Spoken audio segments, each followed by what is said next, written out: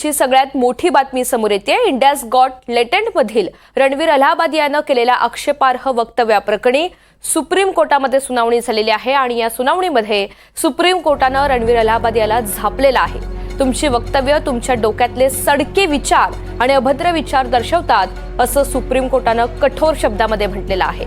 तर या संपूर्ण प्रकरणामध्ये आज सुप्रीम कोर्टामध्ये सुनावणी पार पडली आणि या सुनावणीच्या दरम्यान कोर्टानं अतिशय कठोर शब्दामध्ये टिप्पणी केलेली आहे। या सुनावणीमध्ये सुप्रीम कोर्टानं रणवीर अलाहाबादी याला चांगलं झापलेलं आहे। तुमची वक्तव्य तुमच्या डोक्यातले सडके विचार आणि अभद्र विचार दर्शवतात असं सुप्रीम कोर्टानं म्हटलंय। इंडियाज गॉट टॅलेंटमधील वादग्रस्त वक्तव्याप्रकरणी या सगळ्या संदर्भात याचिका दाखल झालेली होती आणि त्याच याचिकेच्या संदर्भात आज सुनावणी झालेली आहे आणि या सुनावणीमध्ये सुप्रीम कोर्टानं कठोर शब्दात टिप्पणी केली आहे। रामराजे शिंदे आपल्याला या सगळ्या संदर्भात अधिकची माहिती देणार आहेत। रामराजे, आजच्या सुनावणीच्या दरम्यान नेमकं काय घडलेलं आहे आणि कोर्टानं अतिशय कठोर शब्दामध्ये टिप्पणी केली, कोर्टानं नेमकं काय म्हटलंय? बिल्कुल, कोर्टानं रणवीर अलाहाबादी याला फटकारला आहे आणि तुमच्या डोक्यामध्ये घाण भरलेली आहे अशा शब्दामध्ये फटकारलेला आहे आणि त्याचबरोबर काही निर्बंधसुद्धा लावलेले आहेत। परंतु हे निर्बंध लावताना मोठा दिलासासुद्धा दिलेला आहे, कारण महाराष्ट्र, गुजरात आणि त्याचबरोबर आसाममध्ये FIR दाखल झाला होता रणवीर अलाहाबादी यावर आणि अटकेपासून संरक्षण मात्र सुप्रीम कोर्टाने दिल्याचं स्पष्टपणे दिसतंय आणि पोलिसांना अटक करता येणार नाही रणवीरला, असं सुद्धा सांगितलेलं आहे। रणवीरनं आपला पासपोर्ट जमा करावा, परदेशामध्ये कुठेही जाता येणार नाही रणवीरला आणि त्याचबरोबर इथून पुढे कोणताही टेलिकास्ट करता येणार नाही, कोणताही शो, असं सुद्धा सुप्रीम कोर्टाने सांगितलेलं आहे।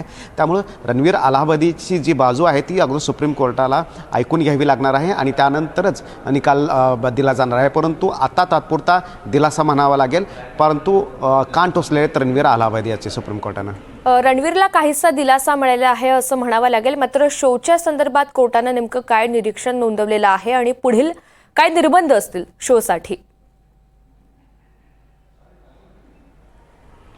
बिल्कुल, रणवीरला सांगण्यात आलेले की जोपर्यंत सुप्रीम कोर्ट कोणताही आदेश पारित करत नाही तोपर्यंत कोणताही शो टेलिकास्ट करता येणार नाही, ना रणवीरला किंवा रणवीरच्या कोणत्याही टीमला कोणत्याही प्रकारचा शो टेलिकास्ट करता येणार नाही। त्यामुळं शोवर निर्बंध लावण्यात आलेले आहेत आणि आता पुढील सुनावणी कधी होईल त्यानुसार मग सुप्रीम कोर्ट ठरवणार आहे की रणवीरच्या संदर्भामध्ये काय करायचं आहे एवढं। परंतु सुप्रीम कोर्टाने एक मात्र सांगितलेलं आहे की ही एक विकृती आहे अशा प्रकारचे वक्तव्य करणं, आईवडिलांविषयीचे वक्तव्य करणं आणि त्याचबरोबर डोक्यामध्ये घाण भरलेली आहे का, कारण परंतु रणवीरच्या वकिलाकडून सांगण्यात आलेलं आहे की यापूर्वी अनेक असे शो केलेले आहेत की ज्याच्यामध्ये स्पिरिच्युअल शो केलेले आहेत आणि इतर रणवीरचा हा म्हणण्याचा उद्देश कसा नव्हता हे सांगण्याचे प्रयत्न केले जात होते, परंतु सुप्रीम कोर्टाने ते ऐकलेलं नाही आहे, फटकारलेला आहे। परंतु फटकारताना सुद्धा काहीसा दिलासा दिलेला आहे, अटक आत्ताच करता येणार नाही, चौकशी आत्ताच रणवीरची करता येणार नाही, हे स्पष्टपणे सुप्रीम कोर्टाने सांगितलेलं आहे। पुढील सुनावणीमध्ये समजेल की सुप्रीम कोर्ट हे पोलिसांना चौकशीसाठी सहकार्य करा म्हणून सांगतंय का की परत त्याला काही एक वॉर्निंग देऊन सोडलं जातं आहे, हे मात्र पुढच्या सुनावणीमध्ये स्पष्ट होणार आहे आणि त्याचबरोबर त्याचा शोसुद्धा कधी सुरू होणार आहे हे सुद्धा सुप्रीम कोर्ट पुढील सुनावणीमध्ये स्पष्ट करेल। निश्चित। आणखी एक महत्त्वाचा मुद्दा रामराजे, या सगळ्या सुनावणीच्या दरम्यान तुम्ही लोकप्रिय आहात, त्यामुळे तुम्ही अशा पद्धतीनं समाजाला किंवा एकंदरीतच सगळ्या प्लॅटफॉर्मला गृहीत धरू शकत नाही असं महत्त्वपूर्ण विधान सुद्धा केलेलं आहे। हे सगळी टिप्पणी करत असताना नेमकं कोर्टानं काय म्हटलं?